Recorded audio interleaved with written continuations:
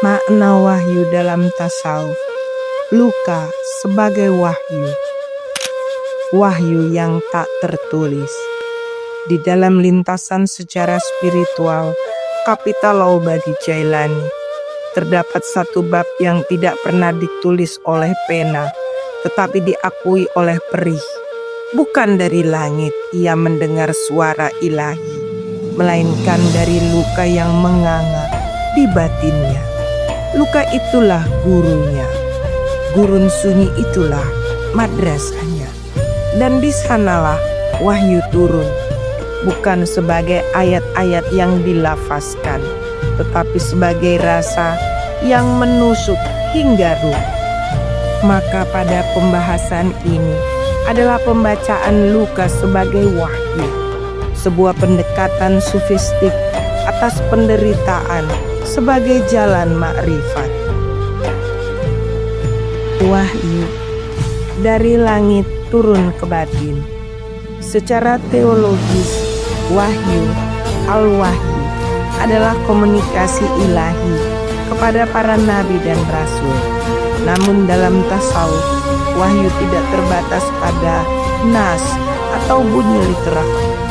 Ia meluas menjadi tajalli, penampakan, kasyif, penyingkapan, dan ilham, bisikan ruhani. Bentuk-bentuk kedatangan ilahi ke dalam kesadaran batin manusia. Para sufi menegaskan bahwa setiap hamba yang telah dibersihkan jiwanya dari kotoran nafsu dapat menyaksikan cahaya petunjuk ilahi, bukan untuk membawa hukum baru, tetapi untuk menyadari makna terdalam kehidupan dan kehadiran Tuhan dalam segala. Ilham bukan wahyu syariat, tetapi bisikan kasih yang hanya didengar oleh hati yang remuk. Hikmah Aisyah kepada Kapital Laubadi Jailani.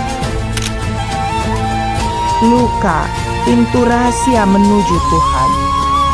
Kapital Laubadi Jailani tidak mencari Tuhan di langit-langit kata, tetapi dalam perih-perih dunia yang menusuk dadanya.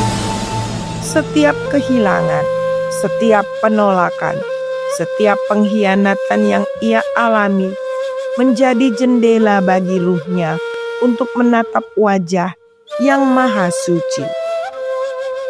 Luka dalam tasawuf adalah proses kehancuran ego. Ego, nafs, adalah tirai antara hamba dan Tuhan. Maka ketika luka menghancurkan keakuan, saat itulah fana mulai terjadi.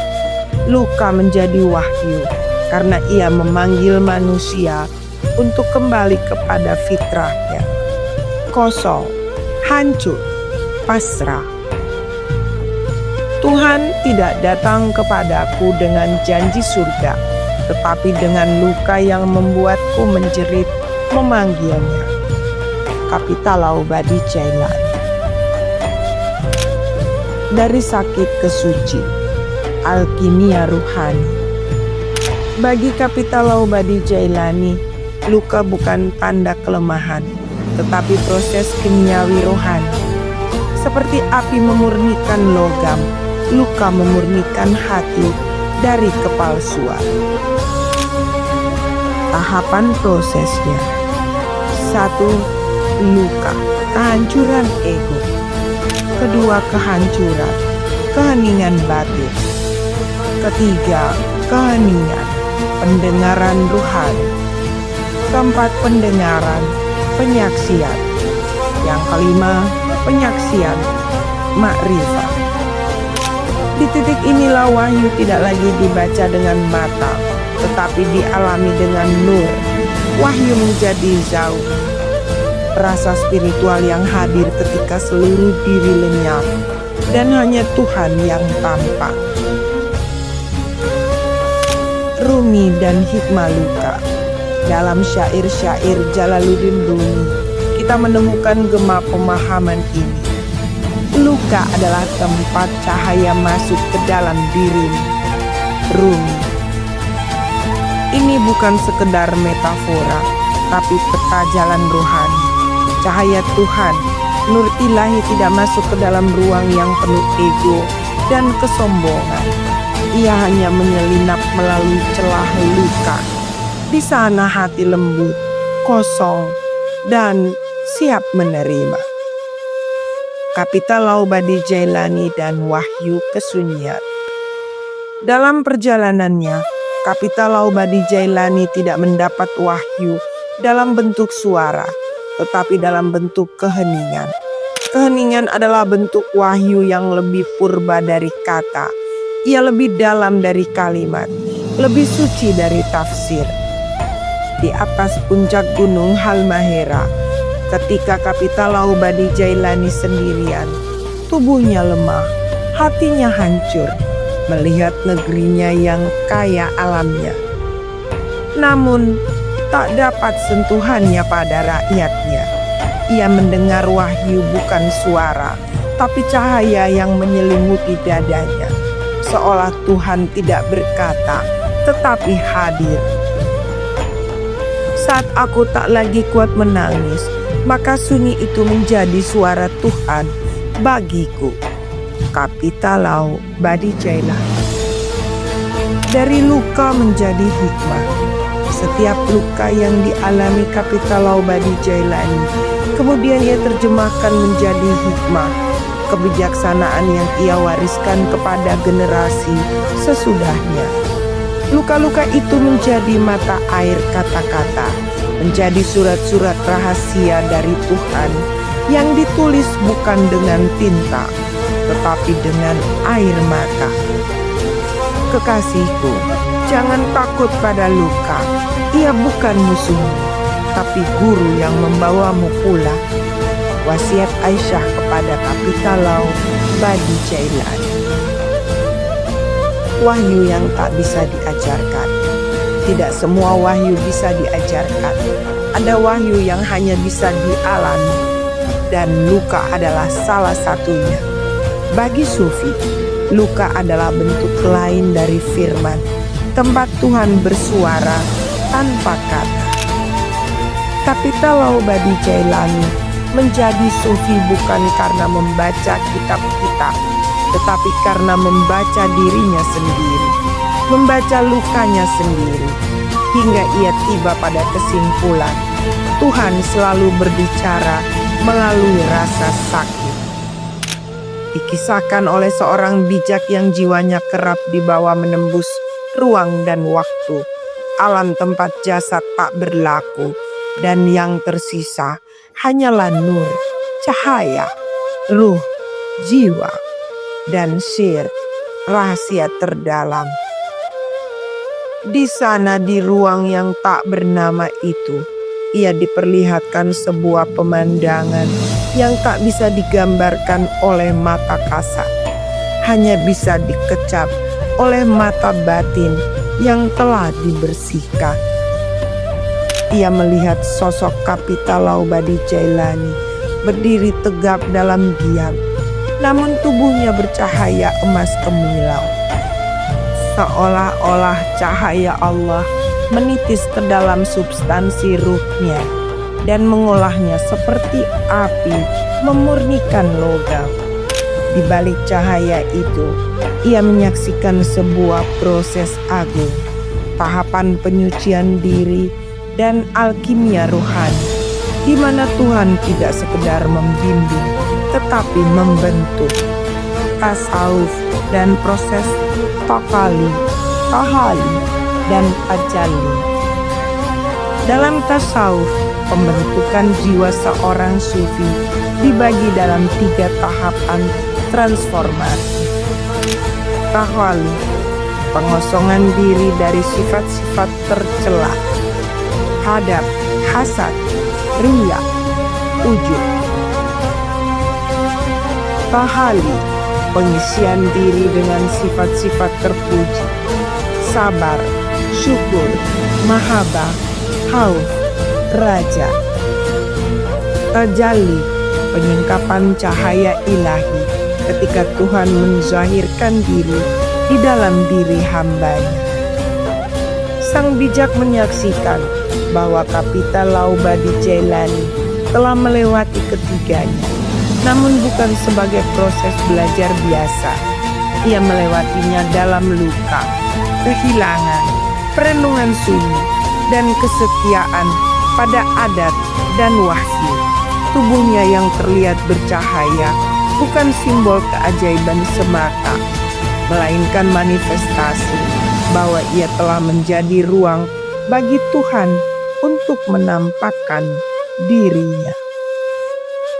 Cahaya menjadi emas, simbol alkimia rohani. Dalam banyak tradisi sufistik dan filsafat Islam, emas adalah simbol kesempurnaan rohani, hasil akhir dari penyucian batin dan fananya diri dalam kehendak Tuhan. Proses ini juga dikenal sebagai alkimia rohani, sebagaimana dalam simbolisme para sufi besar seperti Jalaluddin Rumi yang menulis bahwa dirinya yang dibakar cinta ilahi akan berubah menjadi emas sejati. Ibnu Arabi yang menekankan bahwa wujud manusia yang sempurna, al-insan al-kamil, adalah hasil dari perpaduan cahaya ilahi dan materi yang telah disucikan. Kapital Laubadi Jailani menjadi emas karena ia adalah logam dasar yang rela dibakar, dilumerkan, dihancurkan bentuknya, agar Tuhan dapat membentuknya kembali menjadi wadah kemuliaan. Cahaya Allah mengendap dalam dirinya, membentuk emas bukan dari materi, tetapi dari makna. Nur ilahi dan proses tajalli. Tajalli adalah konsep kunci dalam tasawuf, penampakan Allah dalam wujud-wujud pengalaman, rasa, dan eksistensi. Bagi para sufi, Tuhan tidak jauh. Dia menampakkan diri melalui tajalli di dalam jiwa yang telah dibersihkan.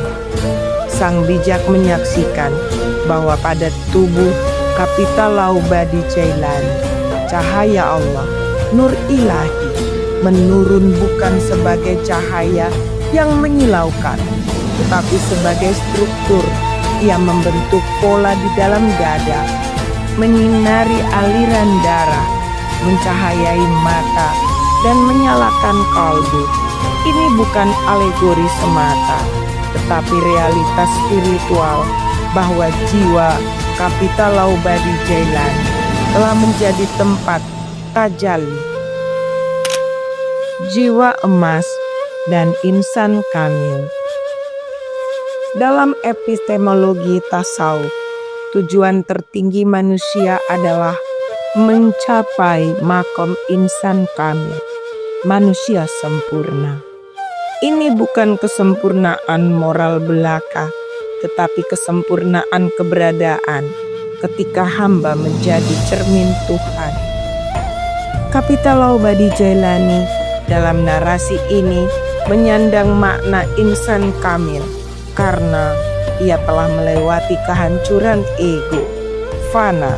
Ia telah menyatu dalam kebaikan yang universal, bako. Ia tidak hanya mengenal Tuhan secara lisan, tetapi menjadi ruang bagi Tuhan menampakkan diri.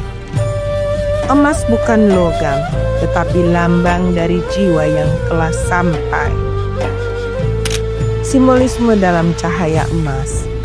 Cahaya keemasan yang dilihat oleh sang bijak adalah representasi dari 3 makna tasawuf yang mendalam. Yang pertama, ilmu, ma'rifah sebagai cahaya yang membimbing. Yang kedua, cinta, mahabbah sebagai api yang melebur.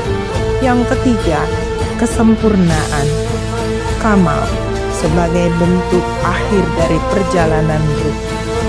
Maka Kapital Laubadi Jailani bukan sekedar tokoh adat, bukan hanya pemimpin bumi.